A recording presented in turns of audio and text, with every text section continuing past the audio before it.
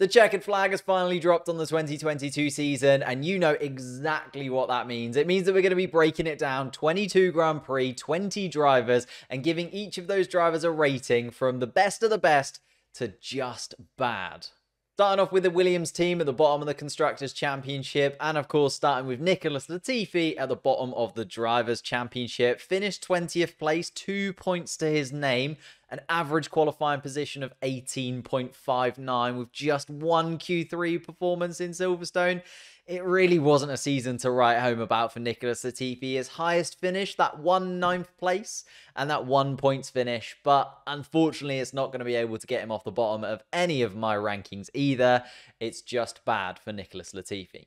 Switching over to his teammate Alex Albon, it's a little bit better. Average qualifying position much higher, 15.57. One Q3 appearance as well, but much more Q2 appearances with 7 over the course of the campaign. His average finish of 12.71. It did feel like Alex Albon a lot of the time was on the fringe of the points. Only managed to finish in the points 3 times over the course of the season, but he always felt like he was nearly there. And therefore, I think considering how slow that Williams car is, he did decent. Next up in the Constructors' Championship was AlphaTauri in 9th place. And let's start with Yuki Tsunoda, because he did okay in qualifying. Had 5 Q3 appearances, 10 Q2 appearances on top of that. So managed to get through to those latter stages 15 times over the 22 races. But in terms of his highest finish, just that 7th place, 4 points finishes over the course of the season. It felt like he, again, was another driver that was kind of on the fringes, but actually had a lower average finishing position than Alex Albon in a Williams. So I feel like Yuki Tsunoda wasn't quite there in 2022, but I'm hopeful he's going to get a little bit better in 2023. And of course, then there's his teammate Pierre Gasly, the Frenchman heading to the Alpine outfit for 2023. But in terms of 2022, I feel like he did okay. Qualifying, again, got through into the latter stages 15 times over the course of the season, 7 times into Q3, which, considering how slow that AlphaTauri car was, is pretty good going to get there about a third of the time. In terms of his average race finishes, 11.47, so again, just on the fringes of the points. But his highest finish of 5th place, which I think in that AlphaTauri car, again, very impressive. 6 points finishes over the course of the year.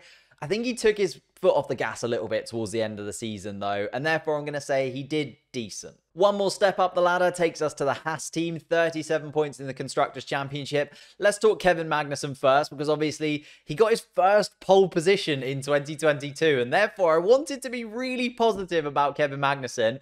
But looking back over the 22 races, he's had quite a few incidents over the course of 2022, and of course managed to get so many black and orange flags for breaking front wing end plates that when you look at it, he got through into Q3 9 times, an average qualifying position of 12.36. So, you know, he was getting into Q3 quite often, but just in the races, he DNF'd a lot. 5 DNFs over the course of the season, only 6 points finishes from 9 Q3 performances. I just feel like he could have done so much more in that Haas car. Obviously ended up 13th in the championship, 25 points overall.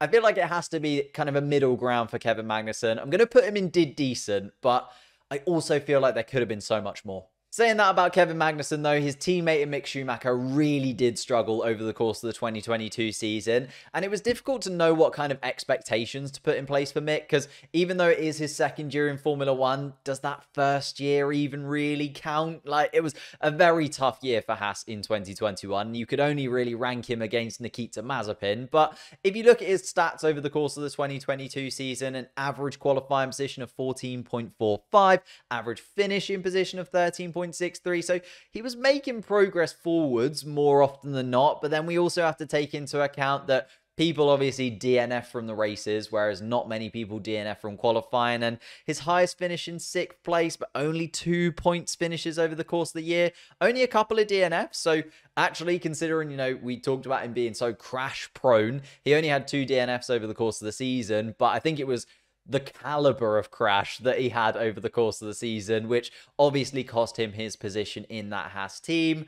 I'm going to put him in not quite there. I feel like, again, it just wasn't quite the season that we wanted from Mick Schumacher, and maybe he'll be back in 2024, but I feel like it's going to be difficult to know where he really slots in the future. Let's talk Aston Martin then, because it really was a 50-50 campaign for the team in green. Let's talk Sebastian Vettel. Obviously, he is retired from Formula 1 now, his final Grand Prix in Abu Dhabi, and we all kind of shed a tear for Sebastian Vettel, but he put on an incredible performance in 2022. Obviously missed the first 2 Grand Prix, but then coming in, took place in 20 Grand Prix, scored points in 10 of those, managed to qualify in Q3 5 times over the course of the season as well. His highest finish, that 6th place, 3 DNFs over those 20 races as well, so could have got even more points finishes.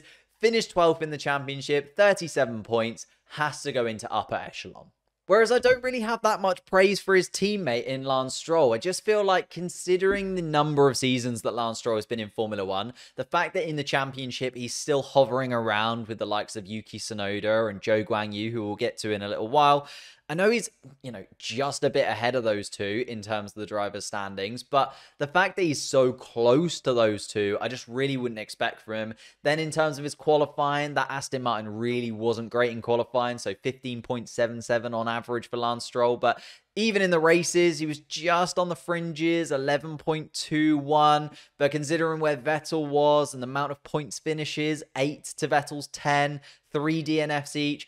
He obviously had another couple of Grand Prix compared to Sebastian Vettel as well. Getting 18 points just wasn't enough for Lance Stroll, and I think he's still not quite there in Formula 1. Which brings us to the one and only rookie we had on the 2022 grid in Zhou Guanyu. He came into Alfa Romeo at the start of the season and did okay, not too bad. Like, looking at his stats, his qualifying obviously wasn't the greatest. Only got through to Q3 a couple of times, but got through to Q2 more often than not, and actually 17 out of the 22 races he was in Q2. Then we look at the race performances. Average finish 12.88, highest finish of 8th place, 3 points finishes, but feel like that could have been more had those DNFs not come in, because looking at that, DNFs, 5 DNFs over the course of the season, and I don't think any of them were his fault. So, like, 5 DNFs is a little bit harsh on the Chinese driver, but I feel like because the Alfa Romeo car got slower as the season progressed, but he probably got quicker, it kind of leveled itself out. We didn't really get to see what Zhou could offer, so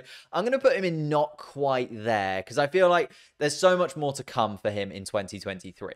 Final driver in the bottom half of the constructor standings, but in the top half of the driver's standings is Valtteri Bottas, and he had a sensational first half of the season and then a couple of little performances throughout that just guaranteed him that top half spot. Looking at his average qualifying position, got through to Q3 8 times over the course of the season and Q2 9 times, so got through pretty often over the course of qualifying, but he was in the races, he really came through, especially as I said in that first half of the season. Average finishing position 10.95, so generally knocking about the points, and obviously that 5th place finish, just keeping him as high as possible in that driver's standings throughout the entire year. Call him the Bottas barrier, because so many drivers had to kind of make their way past him. Lando Norris, Ocon, Alonso, all of those midfield pack kind of had to make their way past Bottas, and I feel like he was the real target for a lot of those top end of the midfield drivers, and of course finished in 10th place, 49 points for the team.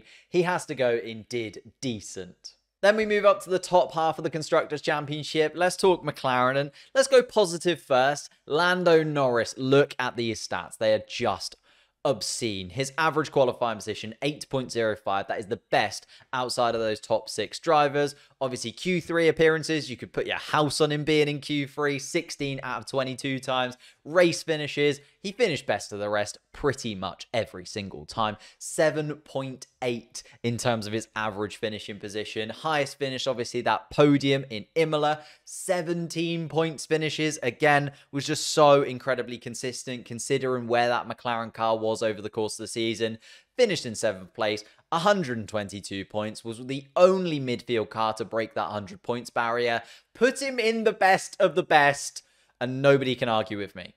But with the good at McLaren came the bad with McLaren. Daniel Ricciardo had a season to forget in that papaya car. Looking at his stats, average qualifying position, 12.14, which was actually better than I thought, but still not great. 7 Q3 appearances over the course of the season. It was the races, though. 11.28 is average finishing position in the race. And you have to remember, with the race finishes, you kind of have to take a little bit of a pinch of salt, because usually 2, 3, 4 drivers DNF DNF per race. So the fact that that's still outside of 10th placed more often than not, highest finish 5th place, 7 points finishes over the course of the season.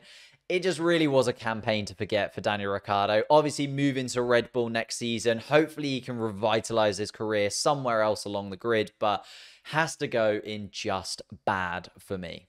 And let's now look into their rivals that finished in 4th place is, of course, the Alpine team. Let's start with Esteban Ocon, because he's obviously going to be at the team next season. Average qualifying position of 10.68, so not horrendous from Esteban Ocon, but I feel like he was better in the races than he was in qualifying. If we look at his race finishes, average finish of 8.15. Obviously, that 4th place finish was astounding. Then he had 17 points finishes from 20 Grand Prix that he finished. Obviously, those 2 DNFs. That is incredible, by the way. 17 points finishes from 20 Grand Prix. That managed to bag him 8th place in the Drivers' Championship. 92 points, beat out Fernando Alonso, but I don't know, there's just something missing from Esteban Ocon's campaign. I feel like there was just no spice, there was no pizzazz, there was no, like, performance that really captured my imagination with Esteban Ocon. I think he did decent.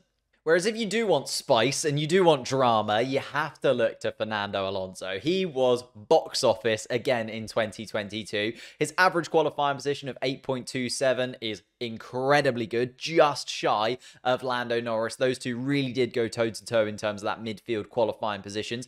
18 Q3 appearances, just astounding again. In terms of the races, average finish 8.5, highest finish of 5th place, points finishes 13, but those 6 DNFs, he really was probably the most unlucky driver over the course of 2022. I mean, he told us about it every single time. He complained about it every single time, but that's what you get with Fernando Alonso. He'll be more than happy to be moving away from Alpine, and I think he was upper echelon in terms of the 2022 campaign.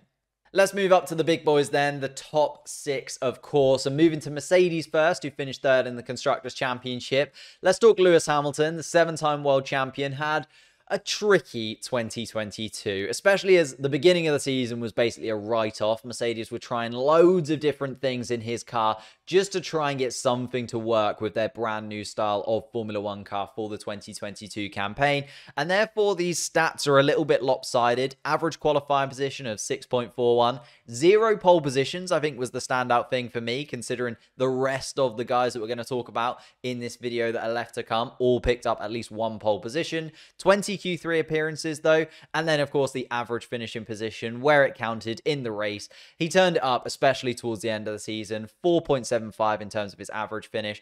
0 wins, but 9 podiums for the British driver. 19 points finishes. Yes, he finished in 6th place, but I still feel like he goes into that upper echelon category for me. Then, of course, we have his teammate George Russell, who came into the Mercedes team for the first time, his 4th season in Formula 1, and did very, very well considering. If you look at the qualifying, actually Lewis Hamilton and George Russell are fairly close to one another. They're pretty much on par. 6.45 was his average qualifying position. Obviously picked up that 1 pole position. 19 Q3 appearances, whereas Lewis Hamilton had 20. So very, very close to one another when it came to qualifying. It was in the races he kind of stood out maybe a little bit more. Average finishing position, 4.38. Obviously, 1 less podium, but 1 more win than Lewis Hamilton, picking up the one and only victory Mercedes had in Brazil. 20 points finishes, only 1 DNF, and that was his fault in Silverstone.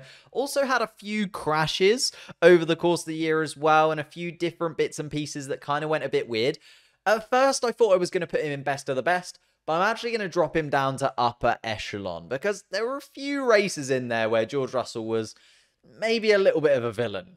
Let's turn our attention to the Italian team then, and more specifically the Spanish side of the Italian garage. Carlos Sainz, I feel like if you look at it statistically, did really well over the course of the season. Qualified 3.82, 2 pole positions, was in Q3 absolutely every single Grand Prix, whereas his average race finishes 3.5 and 1 win, 9 podiums, again kind of points towards having a really, really good campaign. Then you look at those DNFs, and it's 6 DNFs for the Spaniard, only matched by Fernando Alonso. So he had the most DNFs of everybody on the entire grid.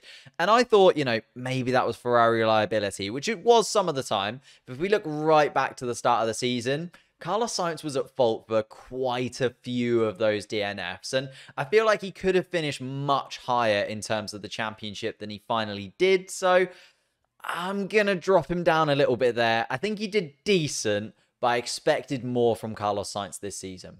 However, teammate Charles Leclerc really did look like a title contender at points this season. Came out of the blocks absolutely flying, won 2 out of the first 3 Grand Prix. But then it kind of slowed down a little bit. Only won 1 Grand Prix beyond that over the course of the 2022 season. It was qualifying where the Monash man really stood out. 9 pole positions over the course of the season, more than anybody else. But he couldn't quite turn that into race results, whether that was strategy problems, whether that was problems that he made with mistakes himself. But average finishing position of 3.32, 3 wins, as I talked about, 11 podiums.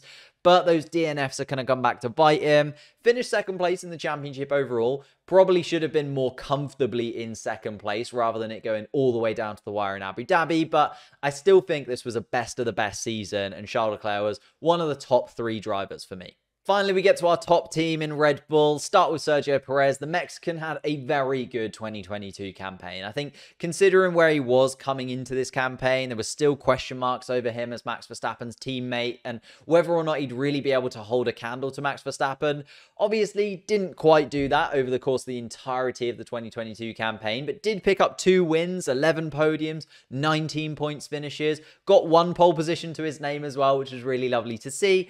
Finished 3rd in the championship. I think he probably was expected to finish 3rd in the championship, especially after how Charles Leclerc started the season. But to run Charles Leclerc really, really close in the end, he did very, very well. I'm going to put him in upper echelon. I don't think he was quite best of the best, you know, on that level of Lando, Norris, Charles Leclerc, but he was very, very close. So I'll put him in upper echelon. Last but most definitely not least is Max Verstappen. And what more can I really say about Max Verstappen? He has been incredible in 2022. And in fact, incredible doesn't do it justice. Look at these stats. His average qualifying position, 2.59, the best of anybody. 8 pole positions, just 1 shy of Charles Leclerc. But in the races, dominant. His average finish in the races was 2nd place. That is ridiculous. 15 wins out of 22 races, 17 podiums, 20 points finishes. Those 2 DNFs coming right at the beginning of the season. Obviously finished 1st in the championship. Obviously got an incredible amount of points. Broke the most points in a season record. Broke the most wins in a season record. He has to go best of the best. And there we have it, folks, my driver ratings for the 2022 season. I'd love to know yours in the comments down below, whether or not I've made some mistakes, who you'd have higher, who you'd have lower, and maybe we'll do a live stream where we can sort it out between us in the future. But thank you so much for watching this one. If you have enjoyed it, please leave a like below, subscribe to the channel if you are new, and I'll see you next time.